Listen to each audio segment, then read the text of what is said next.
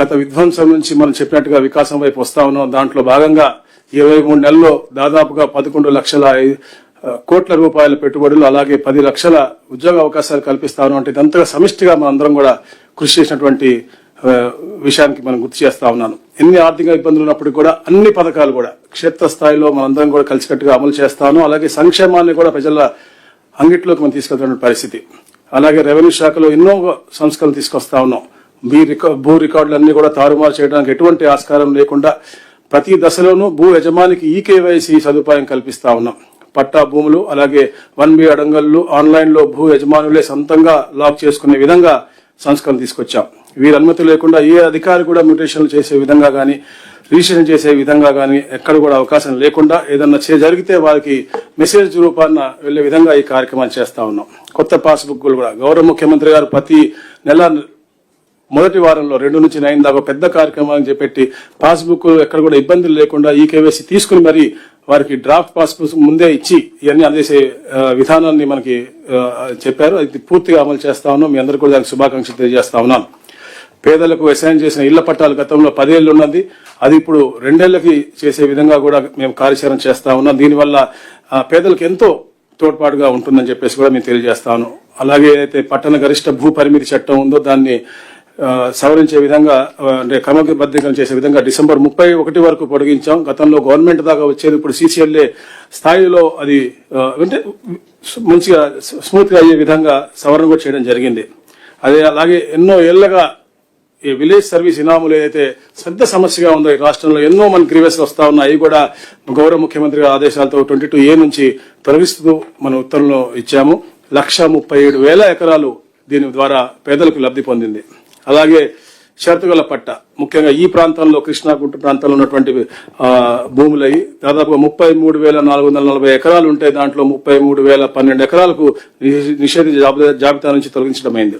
అలాగే చుక్కల భూమి గురించి కూడా ఈ 2-3 రోజుల్లో గౌరవ ముఖ్యమంత్రి గారు డెసిషన్ తీసుకుని పాజిటివ్ అంటే లార్జర్ ఇంట్రెస్ట్ లో మంచి పేదలకు మంచి జరిగే విధంగా దాన్ని కూడా మనం ప్రకటించబోతా ఉన్నాం మార్గదర్శకాలని చెప్పేసి కూడా నేను తెలియజేస్తా ఉన్నాను.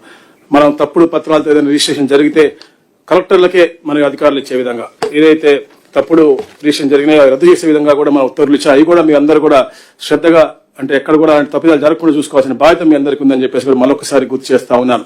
ముఖ్యంగా సిటిజన్ ఫ్రెండ్లీ శాఖగా రిజిస్ట్రేషన్ డిపార్ట్మెంట్ చేయాలి అని చెప్పే తమతో దీంట్లో భాగంగా స్లాట్ బుకింగ్ మొదలు పెట్టాం. అలాగే త్వరగా మన రాష్ట్రం అంతటా కూడా ఏదైతే అస్టమైల్ జిల్లాలు ఉన్నాయి అన్నింటిలో కూడా మనం ఈ రిజిస్ట్రేషన్ సేవా కేంద్రాలను కూడా ఏర్పాటు చేయాలని చెప్పేసి మనం ప్రవేశపెడతా ఉన్నాం. అలాగే రెవెన్యూ సర్వీసెస్, రిజిస్ట్రేషన్ సర్వీస్ అన్ని కూడా పూర్తిగా ఇంటిగ్రేట్ చేస్తూ ఒకటే ప్లాట్ఫామ్ మీద తీసుకురాబోతా ఉన్నాం.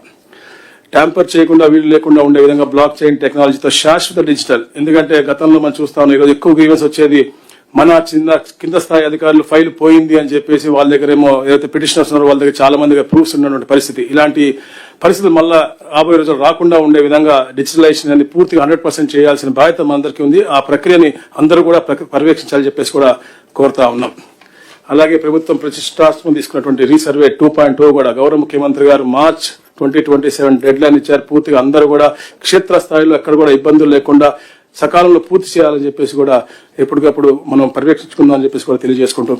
అలాగే కూటమి ప్రభుత్వం నవ్యాంధ్ర స్వర్ణాంధ్రగా మార్చేందుకు కష్టపడతా ఉంది. కష్టాన్ని ప్రపంచం మొత్తం గుర్తించి ఈ రోజు ఏపీ వైపు చూస్తా ఉంది. మనమంతా ప్రభుత్వం యొక్క ఆశయాలు, ఉద్దేశాలు మరింత లోతుగా అర్థం చేసుకుని చిత్తశుద్ధితో పనిచేయాలని చెప్పేసి కోరుకుంటూ మరి ముఖ్యంగా ఏదైతే స్పీడ్ ఆఫ్ డెలివరీ గవర్నెన్స్ మనం చెప్తా ఉన్నాం అది క్షేత్ర స్థాయిలో అమలయ్యే విధంగా అందరూ కూడా చేయాలని చెప్పేసి తెలియజేసుకుంటూ ఆఖరిగా ఒక్క నిమిషం నేను ఏదైతే గౌరవ ముఖ్యమంత్రి గారు మన ఒక అద్భుతమైన అవకాశం ఇచ్చారు మాలో ఒక 6గురికి సింగపూర్ ఒక టూర్కి, దాని గురించి ఒక నిమిషం చెప్పాలి నేను. ఎందుకంటే మామూలుగా వెళ్లే ముందు చాలా మంది అన్నారు ఎందుకు వెళ్తున్నారు ఏం చేస్తారు ఏం చెప్తారని, కానీ ఇది ఒక అద్భుతం. I gone to Singapore n number of times, but ఇంత ఎడ్యుకేటివ్ గా ఉంటుందని ఇప్పుడు ఎక్స్పెక్ట్ చేయలేదు. నేను అక్కడికి వెళ్ళి చదివిన 7 రోజుల్లో ఆ స్కూల్లో కూర్చుని చదివినటువంటి కూర్చుని అటు కూర్చునేవాడిని, మీతో కూర్చునేవాడిని. అంత ఎగ్జైటింగ్ అంత పాజిటివ్ గా జరిగిన టూర్ అది. సో అది తప్పకుండా ఇది ఈ వేదికలో చెప్పాలి అని చెప్పేసి నేను అనుకుంటా ఉన్నాను. ఎందుకంటే వాళ్ళు ముఖ్యంగా సింగపూర్ ఎవరైతే ఉన్నారో స్మాల్ కంట్రీ, బట్ వారి యొక్క ఇంటిగ్రేషన్ కానీ వాళ్ళ అకౌంటబిలిటీ కానీ వారి యొక్క గవర్నెన్స్ అనేది అంటే we are some issues we are far head than them like RTGS dashboards అవ్వచ్చు, లేకపోతే రియల్ టైమ్ మానిటరింగ్ అవ్వచ్చు, ఇవన్నీ మనం హెడ్ ఉన్నాం. కానీ వారి అకౌంటబిలిటీస్ అనేది 100% ఉంది. నా మొదటి ఎలక్షన్ నినాదం నేను అంటే అహంకారం, మనం అంటే మమకారం అనేది. అది వాళ్ళ సిటిజన్ సెంట్రిక్ గా వి ఫస్ట్ అనేది ఒక అద్భుతమైనటువంటి ఒక నినాదం తీసుకుని వాళ్ళు ముందుకు వెళ్తున్నారు. ఒక అద్భుతమైన ఎక్స్పీరియన్స్. అలాగే ఎన్నో ఇంజనీరింగ్ మార్వెల్స్ కూడా మేము చూసాం అక్కడ.